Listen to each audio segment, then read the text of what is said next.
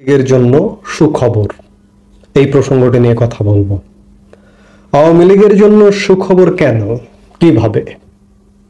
আমি বলবো আওয়ামী লীগ আসলে রাজনৈতিকভাবে এই মুহূর্তে সবচেয়ে সুবিধাজনক জায়গায় আছে। অনেকে আমার এই কথা শুনে অবাক হবেন, বিস্মিত হবেন, আশ্চর্য হবেন, কিন্তু কেন? আওয়ামী লীগ এই যে মুহূর্তে সবচেয়ে সুবিধাজনক অবস্থায় আছে এই জন্যই যে 5 আগস্ট সময়কালে আওয়ামী লীগ পতন সময়কালে আওয়ামী লীগের অবস্থা কিন্তু ভয়াবহ ছিল। জনপ্রিয়তা একদম তলানিতে নেমে গিয়েছিল নানা কারণে। আপনারা সবাই জানেন আওয়ামী লীগের 16 বছরের কি কি কারণে অজনপ্রিয় হয়ে উঠেছিল। এমনকি আমি এই কথাটাও বলি যে গত 2024-এর 7 জানুয়ারি যদি একটা free, fair and credible election হতো সব রাজনৈতিক দলের অংশগ্রহণে এবং সমান সুযোগে, তাহলে আওয়ামী লীগ কিন্তু সেই নির্বাচনে হেরে যেত। সেই জায়গা থেকে 5 আগস্ট সময়কালে আওয়ামী লীগ প্রচন্ড অজনপ্রিয় ছিল, কিন্তু 5 আগস্টের মাত্র মাস দুয়েকের পরে আওয়ামী লীগ বিপুল জনপ্রিয়তায় মানুষের মনে এস্টাবলিশড হওয়াটা, এটা আওয়ামী লীগের জন্য প্রথম সুখবর, সবচেয়ে বড় সুখবর। এবং এখন পর্যন্ত আওয়ামী লীগ কিন্তু সেই জনপ্রিয়তাটাই আছে। এর কারণটা কি? এর কারণ কি আওয়ামী লীগ কিছু করেছে? আমি এগুলো বারবার বলি, তারপরেও বলবো বারবার, আওয়ামী লীগের কোনো কর্মসূচি নেই, আওয়ামী লীগের কোনো কার্যক্রম নেই। আওয়ামী লীগের 16 বছরের নানা রকম নেতিবাচক কর্মের চর্চা হয় সমাজে। ফ্যাসিবাদ ফ্যাসিবাদ শুনতে শুনতে, ফ্যাসিস্ট শুনতে শুনতে আমাদের কান ঝালাপালা হয়ে যাবার জোগাড়। এই যে যত আওয়ামী লীগের সমালোচনা হচ্ছে, অন্যদিকে বর্তমানে যে রাজনৈতিক দলগুলো ক্রিয়াশীল আছে, কাজ করছে, তারা আওয়ামী লীগ 16 বছর যে বিতর্ক তৈরি না করেছে তার থেকে শতগুণ বেশি বিতর্ক সৃষ্টি করছে।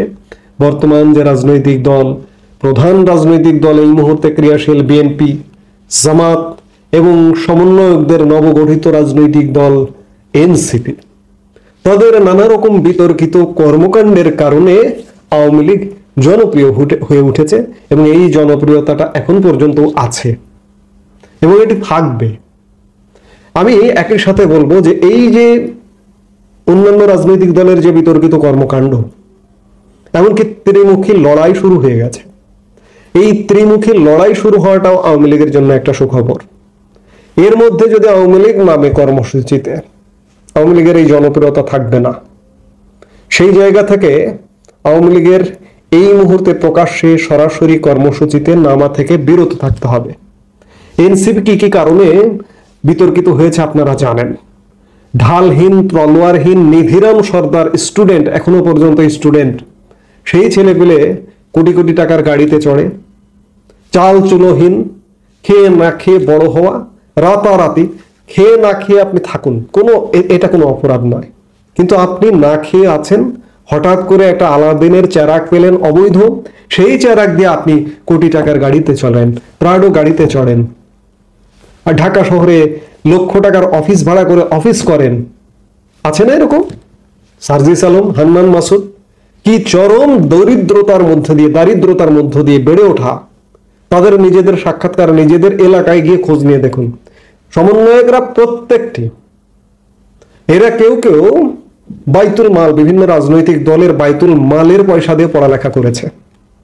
তাদের এখন জীবন যদি আপনি দেখেন, অবাক, বিস্মিত হয়ে যাবেন। আমরা সমালোচনা করতাম ছাত্রলীগের, ছাত্রলীগ তারা কেন গাড়িতে চড়বে, তারা কেন, সেটি এখনো সমালোচনা করব, সেটি খারাপ ছিল। ছাত্রলীগ কেন গাড়িতে চড়বে, কেন বিলাসবহুল জীবনযাপন করবে? ছাত্রলীগ ছাত্রের জায়গায় থাকবে। ঠিক তেমনি ছাত্রলীগ কি করেছে, তার থেকে 100 গুণ বেশি এই সমন্বয়করা করছে। কোটি টাকার নিচে তাদের তদবির হয় না, বদলি বাণিজ্য হয় না। অর্থাৎ এরা যে নতুন রাজনৈতিক একটা ব্যবস্থার কথা বলে এসছে, সেটি নতুন তো নাই, পুরনোকে হার মানিয়ে দিয়েছে, পুরনোর চেয়ে 100 গুণ বিতর্কিত হয়েছে। এটি আওয়ামী লীগের জন্য সুখবর, এটিও আওয়ামী লীগের জন্য আশীর্বাদ। এই জন্য আওয়ামী লীগের এই মুহূর্তে কোনো আসলে কর্মসূচিতে নামা ঠিক হবে না। আওয়ামী লীগ এই যে বিচ্ছিন্নভাবে বিভিন্ন জায়গায় বিভিন্ন অঞ্চলে মিছিল করে, হঠাৎ করে ঝটিকা মিছিল, মিছিল করবার পরে আওয়ামী লীগ কিন্তু ক্ষতিগ্রস্ত হচ্ছে। ওই মিছিলের জের হিসেবে আওয়ামী লীগের নেতাকর্মী গ্রেপ্তার হচ্ছে আরো বেশি করে, এবং চিহ্নিত পরিচিত সুপরিচিত নেতা গ্রেপ্তার হলে একটা কেন্দ্রীয় নেতা সাপোজ পরিচিত গ্রেপ্তার হলো, এটি কিন্তু সারা বাংলাদেশে ছড়িয়ে পড়ে। এতে করে আওয়ামী লীগ নেতাকর্মীর মনোবল ঘাটতি হয়। আমি যেমন গতকালকের একটা উদাহরণ দেই, শাহী আলম মুরাদ ঢাকা মহানগর দক্ষিণের সম্ভবত সাধারণ সম্পাদক ছিলেন, সাবেক সাধারণ সম্পাদক। কদিন আগে, সপ্তাহখানেক আগে গুলিস্তান এলাকায় তার নেতৃত্বে একটা ঝটিকা মিছিল হয়েছে। এই মিছিলের পরে তার নামে অনেকগুলো মামলা আছে। এই মামলার সূত্র ধরে তাকে গতকালকে গ্রেপ্তার করা হয়েছে। এই শাহী আলম মুরাদ গ্রেপ্তার হবার খবর ছড়িয়ে পড়াতে এতে করে আওয়ামী লীগের নেতাকর্মীর মনোবলটা ভেঙে যাচ্ছে। এই জন্যই আওয়ামী লীগের অনুকূলে রাজনৈতিক ব্যবস্থা নেই। আওয়ামী লীগ মাঠে নামলে তাদেরকে ধাওয়া দিচ্ছে বিএনপি, ধাওয়া দিচ্ছে জামাত, ধাওয়া দিচ্ছে এনসিপি। রাজনৈতিক ব্যবস্থা কন্ট্রোলে নেই। বর্তমান প্রশাসন আওয়ামী লীগের পক্ষে নেই। তাহলে আওয়ামী লীগ কি নিয়ে মাঠে কর্মসূচি করবে? এই মুহূর্তে আওয়ামী লীগ হরতাল, অবরোধ, মিছিল সব স্টপ করে দেওয়া উচিত, কিন্তু স্টপ করে দিয়ে হাত গুটিয়ে বসে থাকা উচিত নয়। কর্মসূচি পালন করবার বাইরে নয়, পাবলিক কর্মসূচি নয়, প্রাইভেট কর্মসূচি পালন করুন, অন্দরমহলে কর্মসূচি পালন করুন। নিজেদের মধ্যে নিজেদেরকে সংগঠিত করুন। এখনকার প্রযুক্তির যুগে অনলাইনেও নিজেদের সংগঠিত করা, আলাপ আলোচনা করার সুযোগ আছে। এই সংগঠিত করুন এবং আওয়ামী লীগের সংস্কার করুন। কেন্দ্র থেকে একদম তৃণমূল পর্যন্ত আওয়ামী লীগ যে পরিবারের ভেতরে ঢুকে গেছে, পরিবার লীগে পরিণত হয়েছে, এই পরিবার থেকে বের করুন। পরিবার থেকে বের করে আওয়ামী লীগকে পরিচ্ছন্ন আওয়ামী লীগ তৈরি করুন এবং নীরবে এই যে ত্রিমুখী লড়াই মাঠে চলছে, মাঠের এই খেলাটা দেখতে থাকুন। বল এখন আওয়ামী লীগের কোর্টে নয়, দর্শক হিসেবে গ্যালারিতে বসে থাকতে হবে। তিন বাহিনী খেলুক, এবং এই যে তিন বাহিনী বিএনপি, জামাত, এনসিপি জামাত যদিও তারা একে অপরের সাথে সম্পর্কিত, এই তিন বাহিনীর খেলা কিন্তু ইতিমধ্যে শুরু হয়ে গেছে। এনসিপি বাংলাদেশের কোথাও কর্মসূচি পালন করতে পারছে না, বিএনপির দ্বারা, ছাত্র দলের দ্বারা বাধাগ্রস্ত হচ্ছে। আবার বিএনপি জামাত ঠোকাঠুকি সারা বাংলাদেশে লেগে লাগছে, কেন্দ্র থেকে তৃণমূল পর্যায় পর্যন্ত।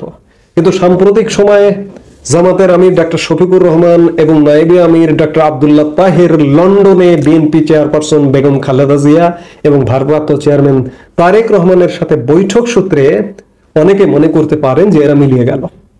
না, এরা কখনো মিলবে না।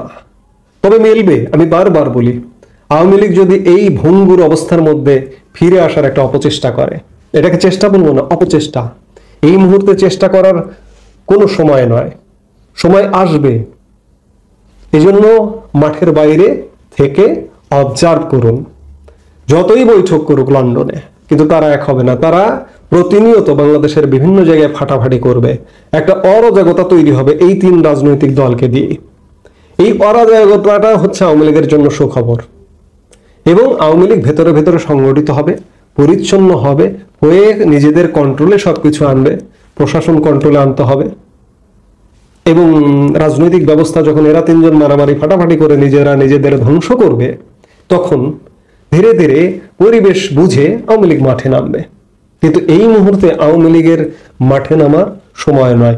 এই মুহূর্তে আওয়ামী লীগের সময় গ্যালারিতে বসে দেখা। 9 মাস তো হয়ে গেছে, আরো যদি 6 মাস লাগে, 1 বছর লাগে আওয়ামী লীগ ফেরার সময়, সেটি প্রয়োজনে ধৈর্য ধরতে হবে।